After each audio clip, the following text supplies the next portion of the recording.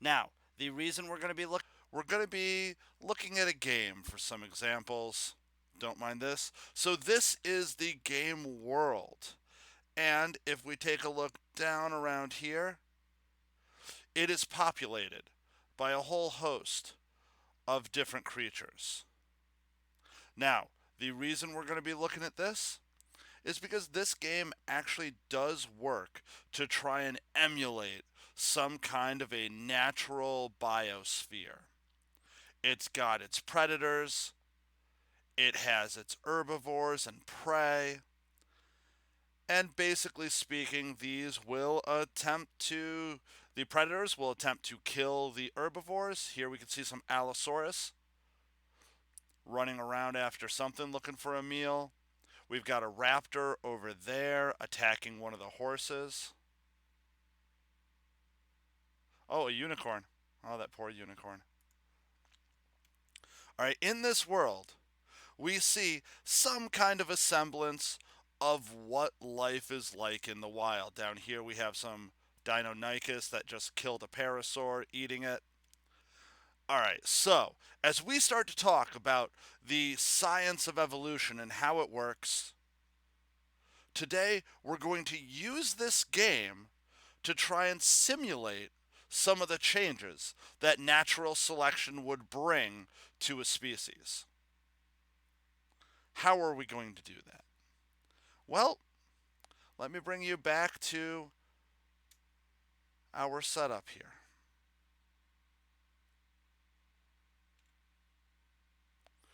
What we're going to be doing is we are going to be breeding raptors. We're going to be then subjecting them to one-on-one battle against the max level, most powerful raptor that the game can spawn. And we will be seeing how many generations, how many additional mutations does it take until they are strong enough to survive against it.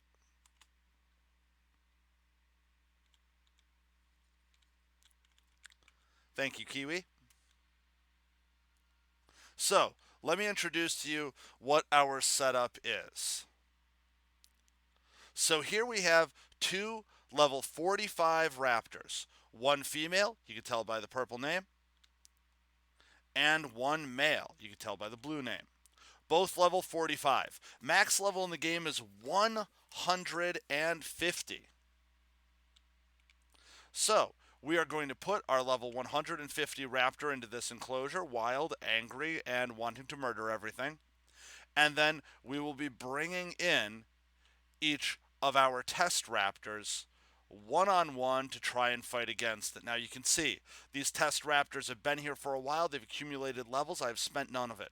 This is the base points, and this raptor is a clone, as you can see, of the father who's sitting right there. Now, what happens in this game is you can see that they have all these different stats for health and stamina and oxygen and food, etc., all the way down. As you breed these, there is a chance, just like in real life, for a mutation to occur. Now, when that mutation occurs, it might change one of these stats. When two raptors love each other very much and decide to have little raptor babies, what's going to happen is the baby will randomly get a selection of stats. They might get mom's health or dad's melee damage.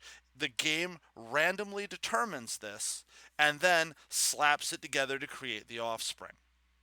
Which means, just like our offspring and offspring in the real world, it is possible for them to get better traits than what their parents actually possessed. So, our question: can we breed these together through multiple generations, making our raptor stronger and more powerful? Because as we're going to find out here, uh, this is not going to be sufficient. All right, so here is the clone of Dad. We're going to take this clone in. There is our wild angry raptor. and we are going to see if Dad is strong enough to defeat it.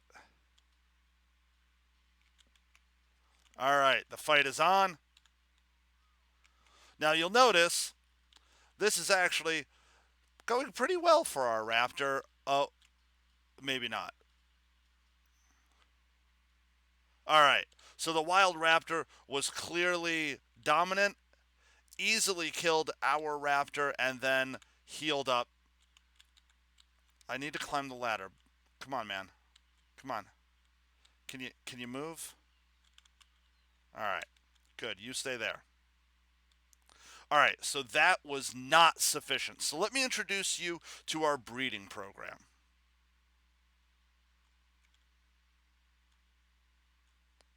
Need to thank my wife right here. She's sleeping for helping me set up and run this. This took a long time. All right. So here we have our first mating round. Up top is the clone of Dad, and each of the four underneath it are the clones of Mom. All four completely identical. Now, what we did was we started breeding them. These are the parents, the P generation. And from them, we took about 30 baby raptors and we picked the best ones because the best ones would be the ones most likely to survive and then therefore would be the ones most likely to produce the next round. Now, if we take a look at the stats here, you can see that their health is 576, that their stamina, their oxygen, and then the other really important one for melee is 155. No levels have been put into it. So this is our starting point. 576, 155. All of the females are identical. We bred them and we picked the offspring that had visible mutations. So mutations that changed what they looked like. So you can see this one got that green body and the yellow belly. This one got purple feathers on the arms. This one got the blue belly, and this one got some yellow feathers and highlights. Those are all the females, and up top is a male from the same generation. Now you'll also notice our starting levels here for every single raptor was 45. Their levels are all better than 45, which means that when we look at them, they got some new changes and adjustments. Their melee damage has gone up by a little bit. Health, not so much. For some reason, food went up by a lot. We then bred these together. We waited about 30 generations, picking only the best ones, and then we set up our F2s. Now you'll notice once again the mutations are continuing to build up. The levels are also building up as they get better and better and better. We bred these together to get about 30 offspring, picked the best of those. Now at this point, we stopped organizing everything because this was taking a long, long, long time. And we went through many more generations. Over here we have one of our other setups as the levels are getting higher and higher. And let me introduce you to our sacrificial raptors. So here are our sacrificials from our F1 through finally our F7.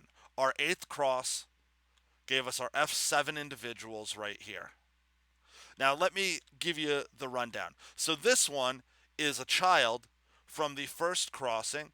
Health still 576, melee still 155. By the time we got to our F2s, the next generation, health is the same, but melee is now up to 167. We got to our F3s. So our 4th generation, health stays the same, but now the damage is up to 190%. And finally, by the time we got to our F7s, so many generations later, you can see they haven't even had that much time in order to level up. We've got health a little over 600, melee damage at 224.9. So we are now going to see, is this sufficient to survive an encounter with a wild level 150 raptor? So first things first. Got to take the saddle so there's no armor. Make sure that you are set to fight. All right, health is full, everything's full. Let's go.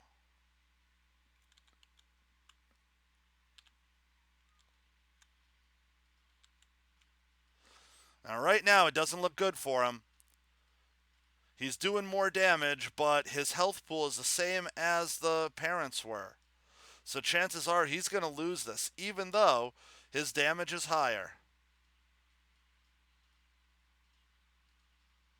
Yep, put up a good fight, but not enough. The wild raptor is healed. Now let's see if the difference we have in our F2s was enough. Now this raptor, remember, has just slightly better damage than the previous one.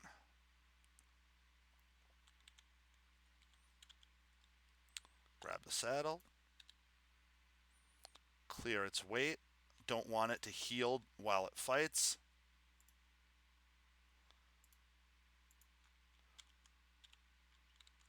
All right, is our second generation enough?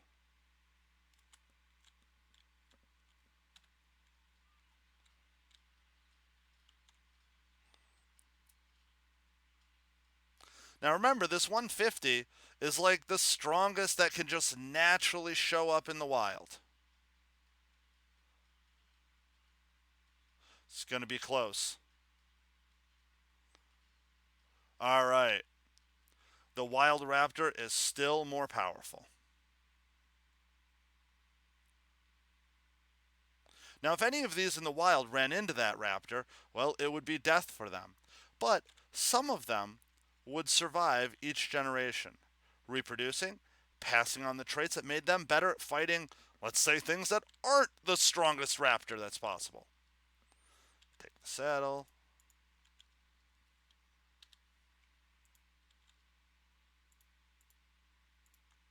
All right. This is our F3 generation. What a pretty raptor, right? The purple, the blue. Looks fantastic.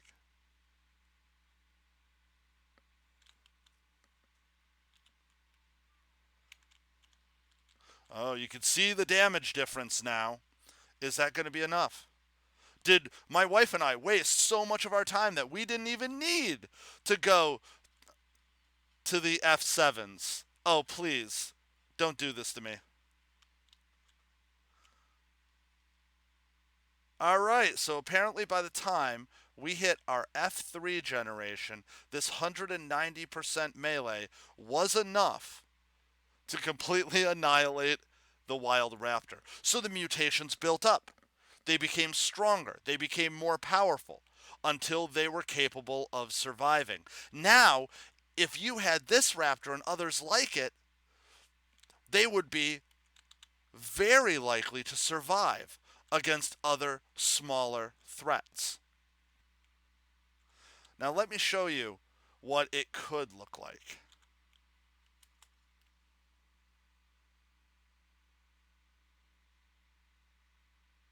We're going to head over to my wife's space, where she has been going through intensive breeding in her own attempts to create something special. Don't mind her sky whale.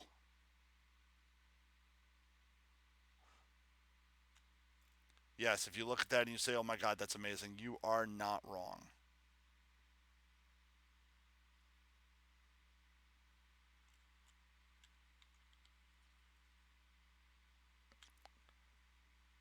Thank you, Kiwi.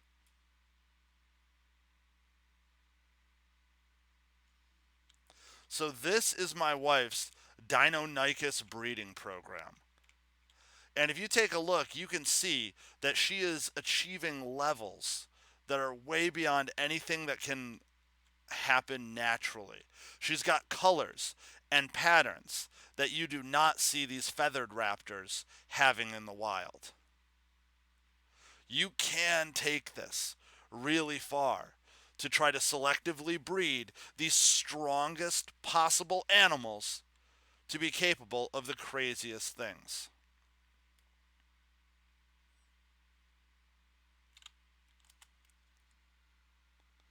So, ladies and gentlemen, thank you for joining me on this. I hope that this helped to show how evolution would work in a wild or natural context. The animals would fight, the strongest ones would survive. They would live long enough to mate, and then they would pass on those strong and powerful traits to their offspring. By those mutations building up in nature, generation after generation, you could have stronger and stronger creatures appearing. This has been Ark Biology, and I hope to see you soon in class.